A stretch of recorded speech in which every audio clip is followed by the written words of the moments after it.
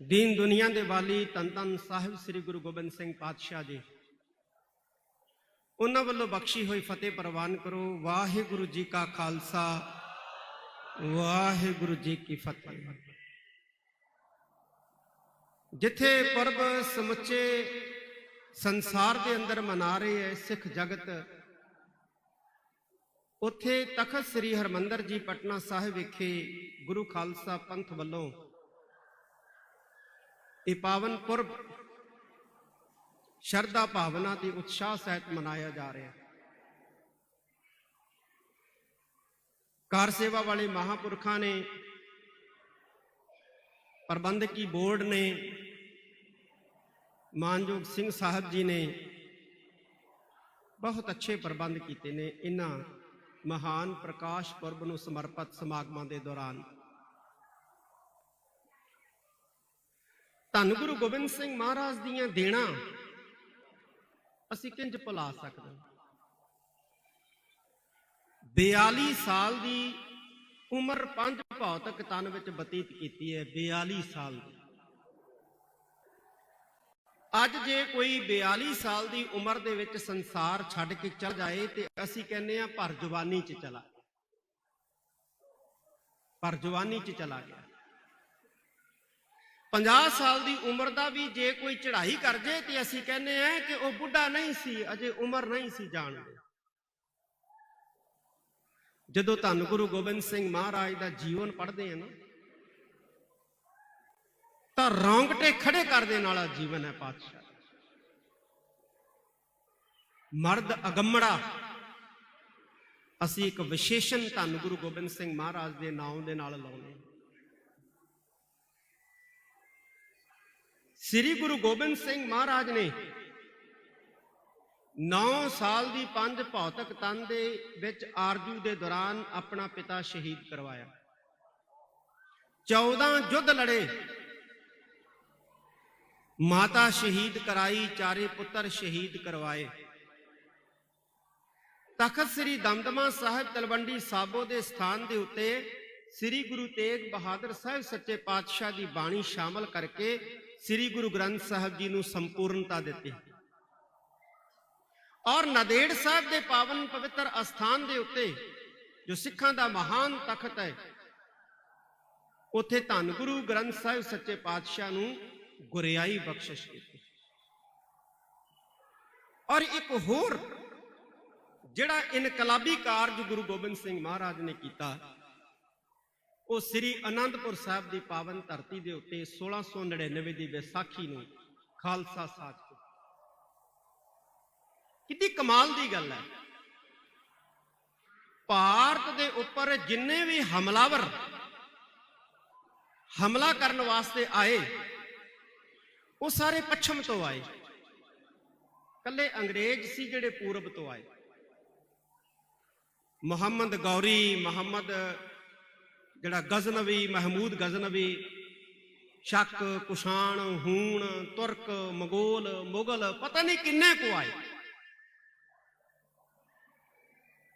और जिहड़े भी विदेशी हमलावर भारत की धरती के उत्ते हमलावर बन के आए, हमला किया, उन्होंने किसी ने रोकया नहीं। वो बड़े आराम दे नाल आउंदे सी, इस धरती के उत्ते वसन वाले लोगों को लुटते सी, कुटते सी, मारते सी और बड़े आराम दे नाल चले जाते सी। लड़कियां दी बेपती हुंदी सी, लड़कियां नूं नाल लै जांदे सी। दजले दे बाजारां दे विच, बसरे दे बाजारां दे विच, बगदाद दे विच वो लड़कियां नीलाम हुंदियां सी, बोली लगदी सी, बेचियां जांदियां सी। नौजवान लड़के भी बेचे जाते सी जिन्होंने गुलाम बना के रखा जाता है, और नौजवान लड़कियां भी जिहड़ियां वो बेचियां जांदियां सी। कितनी कमाल की गल है। जदों गुरु गोबिंद सिंह महाराज ने खालसे की सिरजना कर दी, उस तो बाद कदे पश्चिम तो हमला नहीं होया। जे होया नादर शाह दा, अबदाली दा, ते उस हमले नूं ਉੱਥੇ ਹੀ ਰੋਕ ਦਿੱਤਾ ਗਿਆ, ਉੱਥੇ ਹੀ ਸਟਾਪ ਕਰ ਦਿੱਤਾ ਗਿਆ, ਉੱਥੇ ਹੀ ਖਤਮ ਕਰ ਦਿੱਤਾ ਗਿਆ ਗੁਰੂ ਗੋਬਿੰਦ ਸਿੰਘ ਮਹਾਰਾਜ ਦੇ ਸਿਰਜੇ ਖਾਲਸੇ ਵੱਲੋਂ। ਕਿੱਡੀ ਕਮਾਲ ਦੀ ਗੱਲ ਹੈ। ਚੋਟੀ ਦੇ 10 ਜਰਨੈਲਾਂ ਦੇ ਵਿੱਚੋਂ ਸਰਦਾਰ ਹਰੀ ਸਿੰਘ ਨਲਵੇ ਦਾ ਨਾਮ ਜਿਹੜਾ ਹੈ ਉਹ ਪਹਿਲੇ ਨੰਬਰ ਤੇ ਆਉਂਦਾ। ਕਿਉਂ? ਕਿਉਂਕਿ ਕਹਿੰਦੇ ਜੀ ਉਹਨੇ ਵਗਦੇ ਹੋਏ ਦਰਿਆ ਦਾ ਵਹਿਣ ਮੋੜਤਾ, ਤੇ ਵਗਦੇ ਦਰਿਆਵਾਂ ਦੇ ਵਹਿਣ ਨੂੰ ਮੋੜਨਾ ਇਹ ਖਾਲਾ ਜੀ ਦਾ ਵਾੜਾ ਨਹੀਂ ਹੁੰਦਾ।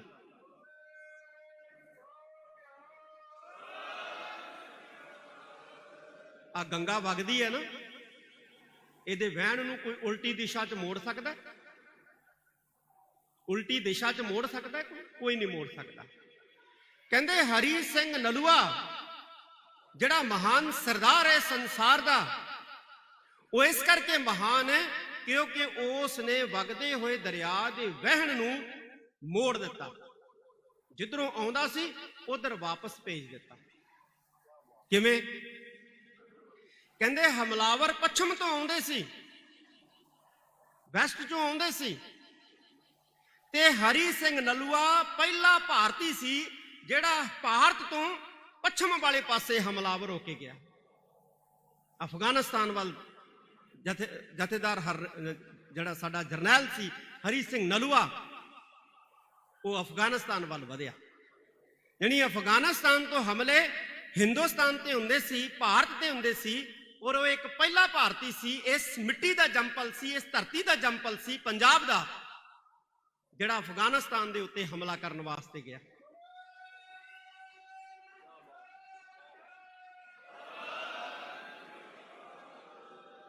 ਇਸ ਕਰਕੇ ਉਹ ਸੰਸਾਰ ਦਾ ਮਹਾਨ ਜਰਨੈਲ ਹੈ। ਇਸ ਧਰਤੀ ਦੇ ਉੱਤੇ, ਪੰਜਾਬ ਦੀ ਧਰਤੀ ਜਿਹੜੀ ਅਟਕ ਤੋਂ ਲੈ ਕੇ ਯਮਨਾ ਦਰਿਆ ਤੱਕ ਫੈਲੀ ਹੈ, ਇਸ ਧਰਤੀ ਦੇ ਉੱਤੇ 5 ਦਰਿਆਵਾਂ ਦਾ ਜਿੰਨਾ ਪਾਣੀ ਵਗਦਾ ਹੈ, ਓਨਾ ਹੀ ਧੰਨ ਗੁਰੂ ਗੋਬਿੰਦ ਸਿੰਘ ਮਹਾਰਾਜ ਦੇ ਪੈਦਾ ਕੀਤੇ ਖਾਲਸੇ ਦਾ ਲਹੂ ਵਗਦਾ ਹੈ।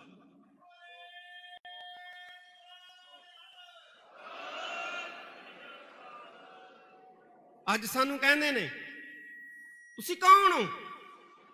ਅਸੀਂ ਉਹ ਹਾਂ ਜਿਨ੍ਹਾਂ ਨੇ ਭਾਰਤ ਦੇ ਉੱਤਰੀ ਖਿੱਤੇ ਨੂੰ ਲਹੂ ਦੇ ਨਾਲ ਸਿੰਜਿਆ।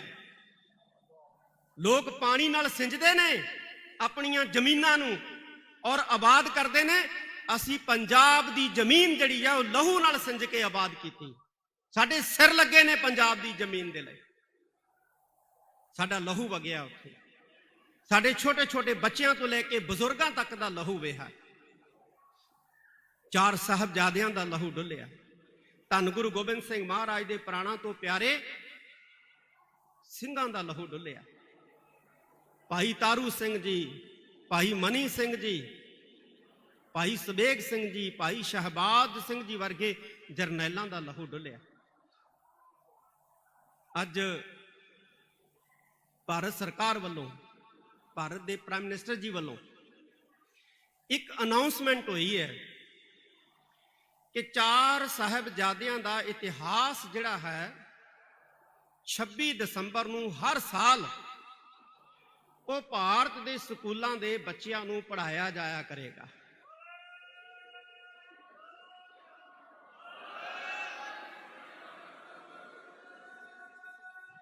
ਔਰ ਅਸੀਂ ਇਹਦਾ ਸਵਾਗਤ ਕਰਦੇ ਹਾਂ। ਅਸੀਂ ਚਾਹੁੰਦੇ ਹਾਂ ਕਿ ਭਾਰਤ ਭਰ ਹੀ ਨਹੀਂ ਬਲਕਿ ਸੰਸਾਰ ਭਰ ਦੇ ਮੁਲਕਾਂ ਦੇ ਸਕੂਲਾਂ ਦੇ ਵਿੱਚ 4 ਸਾਹਿਬਜ਼ਾਦਿਆਂ ਦੀ ਸੂਰਬੀਰਤਾ ਦਾ ਇਤਿਹਾਸ ਜਿਹੜਾ ਹੈ ਉਹ ਬੱਚਿਆਂ ਨੂੰ ਪੜ੍ਹਾਇਆ ਜਾਵੇ।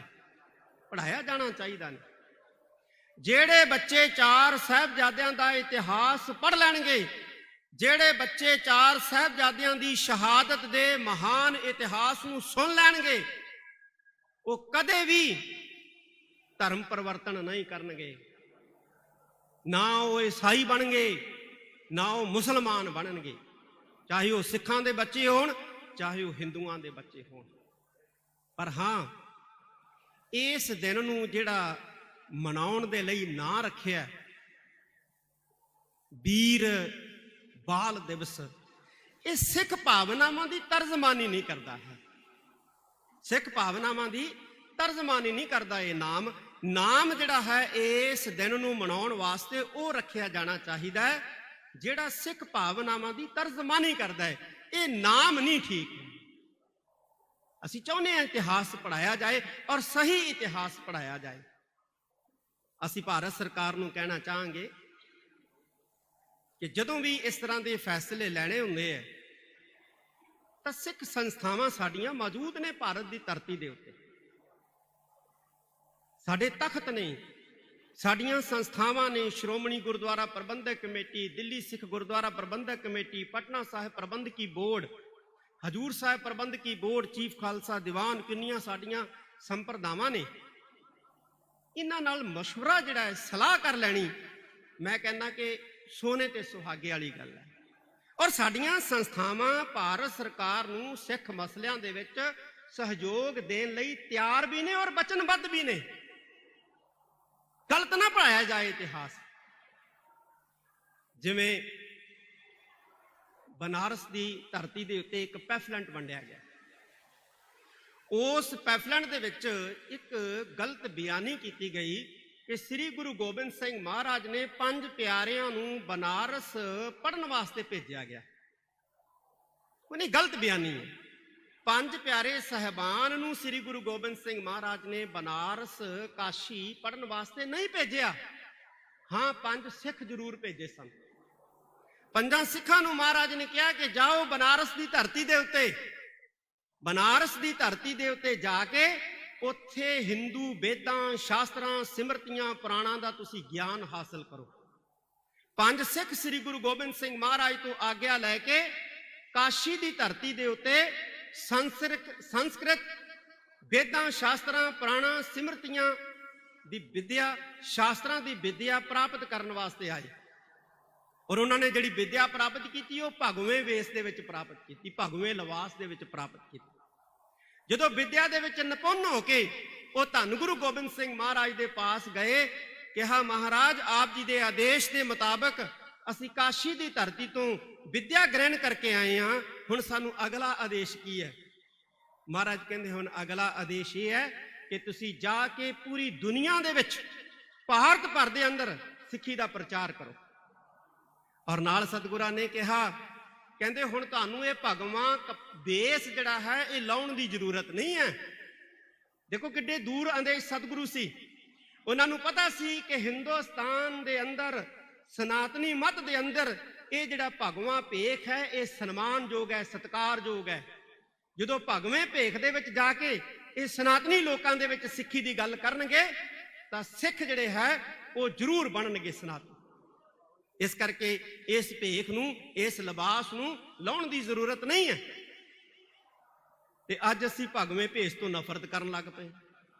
ਜਿਹਦੇ ਭਗਵਾਂ ਪਾਇਆ ਹੁੰਦਾ ਉਹਨੂੰ ਅਸੀਂ ਕਿਸੇ ਹੋਰ ਨਾਲ ਜੋੜ ਦਿੰਨੇ। ਇਹ ਤਾਂ ਜੀ ਫਲਾਨੀ ਜਥੇਬੰਦੀ ਦਾ, ਫਲਾਨੇ ਧੜੇਬੰਦੀ ਦਾ। ਭਗਵਾਂ ਲਿਬਾਸ ਜਿਹੜਾ ਹੈ ਉਹ ਕਿਸੇ ਦਾ ਪੇਟੈਂਟ ਨਹੀਂ ਕਰਵਾਇਆ ਹੋਇਆ। ਧੰਨ ਗੁਰੂ ਗੋਬਿੰਦ ਸਿੰਘ ਮਹਾਰਾਜ ਮਹਾਨ ਸਤਿਗੁਰੂ ਸਨ, ਦੂਰ ਅੰਦੇਸ਼ ਸਨ। ਔਰ ਉਹਨਾਂ 5 ਸਿੱਖਾਂ ਨੇ ਭਗਵੇਂ ਵੇਸ ਦੇ ਵਿੱਚ ਸਿੱਖੀ ਦਾ ਪ੍ਰਚਾਰ ਕੀਤਾ ਔਰ ਨਿਰਮਲੇ ਸਦਵਾਏ, ਸੰਸਾਰ ਦੇ ਅੰਦਰ ਨਿਰਮਲੇ ਅਖਵਾਏ। ਗੁਰੂ ਪਿਆਰਿਓ, ਇਹ ਸਾਡਾ ਇਤਿਹਾਸ ਹੈ, ਇਹ ਸਾਡੀ ਸੱਭਿਅਤਾ ਹੈ, ਸਾਡੀ ਸੰਸਕ੍ਰਿਤੀ ਹੈ। ਇਹਨੂੰ ਪੜ੍ਹਨ ਦੀ, ਇਹਨੂੰ ਸੁਣਨ ਦੀ, ਇਹਨੂੰ ਸਮਝਣ ਦੀ ਬਹੁਤ ਵੱਡੀ ਜ਼ਰੂਰਤ ਹੈ, ਬਹੁਤ ਵੱਡੀ ਲੋੜ ਹੈ। ਮੈਂ ਇੱਕ ਵਾਰੀ ਫੇਰ ਕਹਿਣਾ ਚਾਹਾਂਗਾ ਕਿ ਅਸੀਂ ਚਾਹੁੰਦੇ ਹਾਂ ਕਿ ਭਾਰਤ ਭਰ ਦੇ, ਦੁਨੀਆ ਭਰ ਦੇ ਸਕੂਲਾਂ, ਕਾਲਜਾਂ ਦੇ ਵਿੱਚ ਸਿੱਖ ਇਤਿਹਾਸ ਪੜ੍ਹਾਇਆ ਜਾਏ, ਸਾਹਿਬਜ਼ਾਦਿਆਂ ਦੀ ਗਾਥਾ ਪੜ੍ਹਾਈ ਜਾਏ, ਸਹੀ ਪੜ੍ਹਾਈ ਜਾਏ। ਉਹ ਇਤਿਹਾਸ ਪੜ੍ਹਾਇਆ ਜਾਏ ਜਿਹੜਾ ਸਹੀ ਹੈ ਔਰ ਉਹ ਨਾਮ ਰੱਖੇ ਜਾਣ ਜਿਹੜੇ ਸਿੱਖ ਸੈਂਟੀਮੈਂਟ ਨੂੰ ਟੱਚ ਕਰਦੇ ਨੇ। ਬਸ ਇੰਨੀ ਕੁ ਗੱਲ ਹੈ, ਇੰਨੀ ਕੁ ਗੱਲ ਹੈ। ਤੇ ਇਹਦੇ ਲਈ ਸਿੱਖ ਸੰਸਥਾਵਾਂ ਦਾ, ਸਿੱਖ ਜਥੇਬੰਦੀਆਂ ਦਾ, ਸਿੱਖ ਸਕਾਲਰਾਂ ਦਾ, ਸਿੱਖ ਵਿਦਵਾਨਾਂ ਦਾ ਸਹਿਯੋਗ ਲਿਆ ਜਾ ਸਕਦਾ, ਸਹਿਯੋਗ ਲਿਆ ਜਾ ਸਕਦਾ। ਸਾਰੇ ਸਹਿਯੋਗ ਦੇਣ ਵਾਸਤੇ ਤਿਆਰ ਵੀ ਨੇ। ਅੰਤ ਦੇ ਵਿੱਚ ਮੈਂ ਇੱਕ ਵਾਰੀ ਫੇਰ ਮਾਨਯੋਗ ਸਿੰਘ ਸਾਹਿਬ ਜੀ ਦਾ, ਪਟਨਾ ਸਾਹਿਬ ਪ੍ਰਬੰਧਕੀ ਬੋਰਡ ਦੇ ਸਮੁੱਚੇ ਮੈਂਬਰਾਂ ਦਾ, ਪ੍ਰਧਾਨ ਜੀ ਦਾ ਔਰ ਆਪ ਸਾਰੀ ਸੰਗਤ ਦਾ ਤਹਿ ਦਿਲੋਂ ਧੰਨਵਾਦ ਕਰਦਾ ਹੈ। ਔਰ ਹਾਂ, ਇੱਕ ਮੈਂ ਬਿਹਾਰ ਸਰਕਾਰ ਦਾ ਵੀ ਖਾਸ ਤੌਰ ਦੇ ਉੱਤੇ ਧੰਨਵਾਦ ਕਰਦਾ। नहीं तो सिंह साहब जी के प्रधान जी के फोना ने तो पंजाब की बहुत सारी संगत जी आने वास्ते तैयार सी उन्होंने भै भीत ही करता सी, रुक गई बहुत सारी संगत। चलो हदायतां जिहड़ियां ने उहदी पालना करनी भी जरूरी है, पर फिर भी बिहार सरकार ने सानू ये पुरब मनाउण दी जिहड़ी है वो इजाजत दी है। मैनू तो नहीं इत्थे कोई पाबंदी वाली गल लगी, और ये लिए मैं बिहार सरकार का बहुत बहुत बहुत बहुत धन्नवाद करदा जिन्होंने ने सिख सेंटीमेंट नूं समझिया। और वाहिगुरू अगे अरदास है कि ये गुरपुरब सुखी सांदी बिल्कुल शरधा भावना दे नाल मना के संगत तंदुरुस्त आई है ते तंदुरुस्ती जिहड़ा अपने घरां नूं जाएगी। ये वाहिगुरू अगे अरदास है, वाहिगुरू कृपा करन। वाहिगुरू जी का खालसा, वाहिगुरू जी की फतेह।